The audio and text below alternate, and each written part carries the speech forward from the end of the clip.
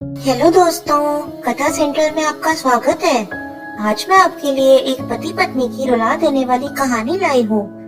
भावुक लोगों से मेरी विनती है कि वे कहानी सुनते समय अपना विशेष ध्यान रखें। दोस्तों, कहानी को अंत तक जरूर देखिए क्योंकि अंत बड़ा ही जबरदस्त है और बहुत बड़ी सीख देने वाला है। तो चलिए शुरू करते हैं। एक बार की बात है, अर्पिता अपने पति रवि और बेटे राजू के साथ रहती थी। रवि एक नौकरी पेशा आदमी था। वह रोज सुबह चला जाता था और रात को देर से घर आया करता था। अर्पिता एक गृहिणी थी और वह घर का और राजू का बहुत अच्छे से ख्याल रखती थी। एक दिन रवि रात को घर आया और अर्पिता से बोला, मैं किसी और से प्रेम करता हूँ और तुम्हें छोड़कर उसके पास जाना चाहता हूँ। अर्पिता ये सुनकर बिल्कुल टूट गई, परंतु उसने रवि से उस समय कुछ नहीं बोला, बस रात भर रोती रही। अगली सुबह जब रवि ऑफिस जाने के लिए निकल रहा था, अर्पिता रोती हुई उसके पास गई और बोली, रवि, तुम मुझे छोड़ तो सकते हो, लेकिन मेरी एक छोटी सी इच्छा है। मैं बस इतना ही चाहती हूँ कि 1 महीने तक हम साथ रहें और तुम मुझे रोज रात को अपनी गोद में उठाकर प्रेम पूर्वक कमरे में लेकर जाओ। रवि ये अजीब सी इच्छा सुनकर हैरान तो हुआ, पर उसने मन ही मन सोचा, केवल 1 ही महीने की तो बात है, चलो मान जाता हूँ। फिर रोज रात को रवि अर्पिता को अपनी गोद में उठाकर कमरे में लाने लगा।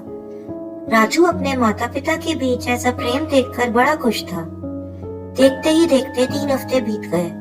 अर्पिता अब काफी बीमार रहने लगी थी और दिन पर दिन उसकी हालत खराब होती जा रही थी। रवि ने पहले तो ध्यान नहीं दिया, मगर जब उसने अर्पिता की हालत दिन पर दिन खराब होती हुई देखी तो आखिर उसने पूछ ही लिया कि आखिर बात क्या है।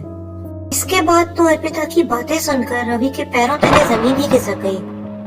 दोस्तों, आगे बढ़ने से पहले मेरी आप सभी से विनती है कि यदि आपको कहानी पसंद आ रही है तो कृपया वीडियो को लाइक और चैनल को सब्सक्राइब करें और हम जैसे नए यूट्यूबर्स का साथ दें। मैं दिल से आप सभी की आभारी हूँ। तो चलिए कहानी को आगे बढ़ाते हैं। अर्पिता बोली, मुझे कैंसर है और मुझे पता था कि मैं 1 महीने से ज्यादा नहीं जी पाऊंगी, मगर मैं नहीं चाहती थी कि राजू को उसके पिता की बेवफाई का पता चले। मैं तो बस चाहती हूँ कि वह बस यही समझे कि उसके पापा उसकी मम्मी से बेहद प्यार करते हैं। इसीलिए मैंने आपसे ये छोटी सी मांग की थी। रवि को आखिर एहसास हुआ कि उसने कभी अर्पिता और अपने घर की तरफ ध्यान नहीं दिया, बस अपनी ही एक अलग जिंदगी में मस्त रहा और अर्पिता इतना बीमार होने के बावजूद भी चुपचाप अपनी सभी जिम्मेदारियां निभाती रही।